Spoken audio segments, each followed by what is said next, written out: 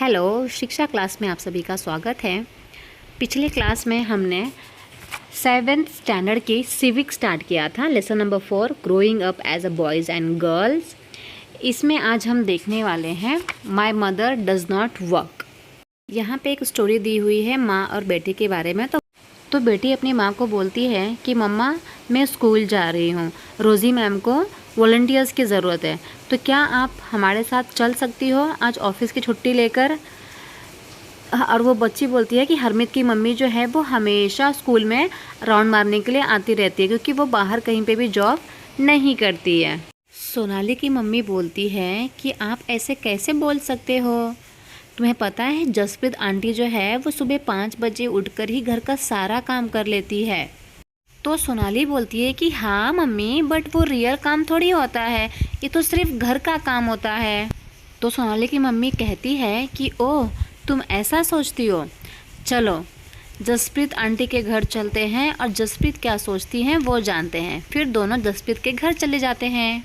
वहाँ पे सोनाली की मम्मी बोलती है जसप्रीत के हस्बैंड को कि हर्षरण, सोनाली को ऐसा लगता है कि तुम्हारी वाइफ कुछ काम नहीं करती है।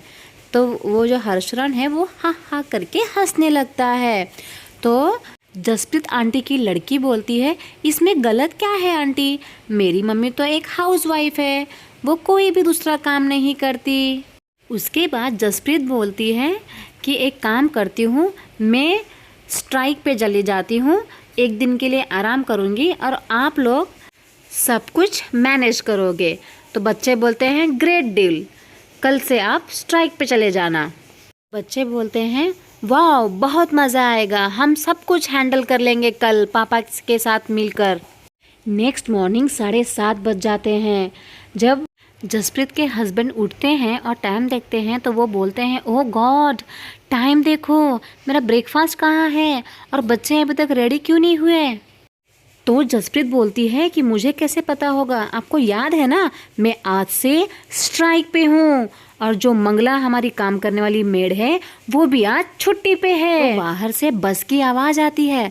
तो जसप्रीत के पापा बोलते हैं ओ नो, ये तो स्कूल की बस है, कोई बात नहीं, आज मैं उनको अपने कार से छोड़ दूंगा। अब जसप्रीत के हस्बैंड बोलते हैं कि जल्दी करो और नल को ऑन करो। फिर जसप्रीत की मम्मी बोलती है कि बच्चों का लंच बॉक्स का क्या होगा। तो जसप्रीत के हस्बैंड बोलते हैं ओह गॉड, ये तो मैं भूल ही गया था, कोई बात नहीं, मैं उनको कुछ पैसे दे दूंगा जिससे वो कैंटीन में कुछ खा लेंगे। तो जसप्रीत बोलती है कि मैंने उनको ऑलरेडी पैसा दे दिया है। अब शाम के समय 6 बजे जसप्रीत के हस्बैंड आते हैं और बोलते हैं कि मैं बहुत थक चुका हूँ, चाय कहाँ है। तो बोलता है ओह मैं तो भूल गया कि तुम तो स्ट्राइक पे हो, मैं अपने आप से ही कुछ बना लेता हूँ। जो हाउस था वो बहुत ही ज़्यादा बिखरा हुआ पड़ा हुआ था।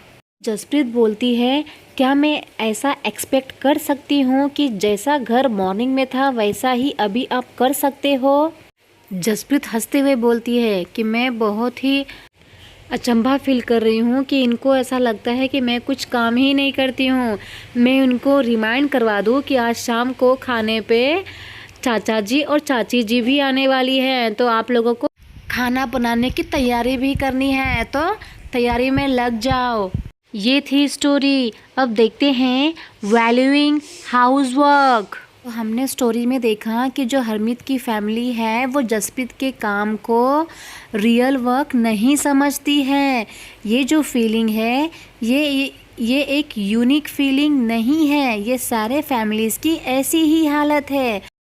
पूरे वर्ल्ड में house work and care giving की रिस्पॉन्सिबिलिटी होती है कि वो अपने फैमिली की देखभाल करे, अपने चिल्ड्रन की देखभाल करे, स्पेशली जो एल्डर लोग होते हैं, दादा और दादी होते हैं, उनकी देखभाल करे। जैसा कि हमने स्टोरी में देखा कि जो लेडी घर का ही काम करती है उनके काम को इतना सराहा नहीं जाता है और ऐसा सोचा जाता है कि ये तो लेडीज़ लोग का काम ही होता है, उनको नेचुरली ये सब कुछ सिखाया जाता है, इसीलिए उनको पेमेंट नहीं दिया जाता है घर का काम करने के लिए और उस काम की इतनी वैल्यू भी नहीं की जाती है।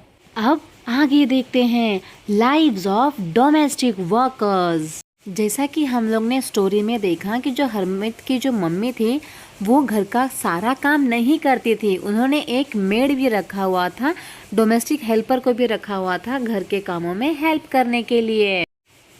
मोस्टली टाउन और सिटीज़ में ही डोमेस्टिक वर्कर को एम्प्लॉय दिया जाता है। डोमेस्टिक वर्कर्स बहुत सारे काम करते हैं, जैसे कि झाड़ू लगाना, क्लीनिंग करना, कपड़े धोना, डिशेस धोना, कुकिंग, छोटे बच्चों का देखभाल करना, जो बड़े बूढ़े होते हैं उनका देखभाल करना, बहुत सारे काम होते हैं। ज़्यादातर जो डोमेस्टिक वर्कर्स होते हैं वो वुमेन ही होते हैं और कभी कभी क्या होता है young boys and young girls को भी इस काम में ले लिया जाता है, बट जो उनकी सैलरी होती है वो बहुत कम होती है और डोमेस्टिक वर्कर्स की इतनी ज़्यादा कोई वैल्यू भी नहीं करता है। डोमेस्टिक वर्कर्स का जो दिन की शुरुआत होती है वो सुबह 5 बजे ही हो जाती है और जो रात की जो एंड होता है वो रात के 12 बजे होता है।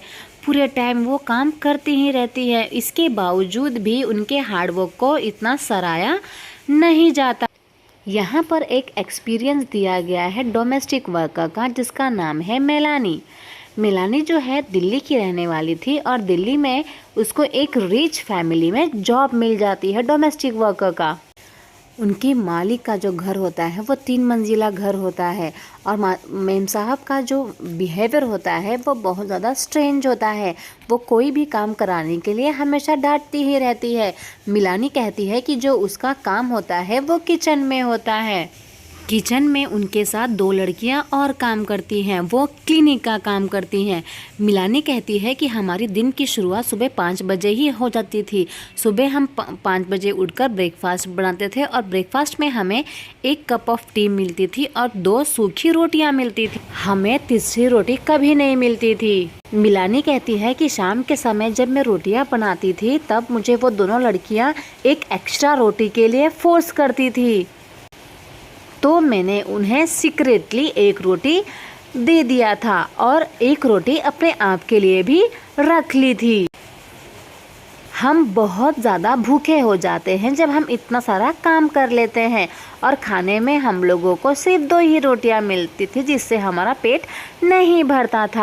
मिलानी कहती है कि घर में हमें चप्पल पहनना अलाउड नहीं था विंटर सीजन में, जिसकी वजह से हमारे जो पैर हैं वो बहुत ज़्यादा फूल जाया करते थे और हमें मेम साहब से बताते हुए भी डर लगता था कि कहीं वो हमें गुस्सा ना करने लग जाए, कहीं वो हमें डांटने ना लग जाए। क्या आपको नहीं लगता कि हमें भी आप लोग की तरह ही रिस्पेक्ट मिलनी चाहिए? ऐसा वो मिलानी कहती है।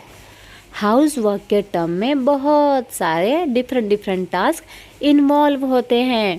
इस टास्क में घर के काम के साथ साथ बहुत सारे फिजिकल वर्क भी होते हैं। रूरल एरियाज में वुमेन और जो गर्ल्स हैं उनको आग जलाने के लिए लकड़ियां ढोकर लेके आना पड़ता है। बहुत जगह पर तो पानी भी लेके आना पड़ता है भर के। कुकिंग करते वक्त महिलाओं को कंटिन्यूसली बहुत घंटे तक हॉट स्टोव के साथ खड़ा रहना पड़ता है। तो एज़ कंपेयर टू मैन, जो वीमेन होती हैं वो बहुत ज़्यादा फिजिकली एक्टिविटी करती हैं और पूरे टाइम काम ही करती रहती हैं, जिसकी वजह से जो वीमेन होती हैं उनको आराम करने के लिए बहुत कम समय मिलता है। Thank you.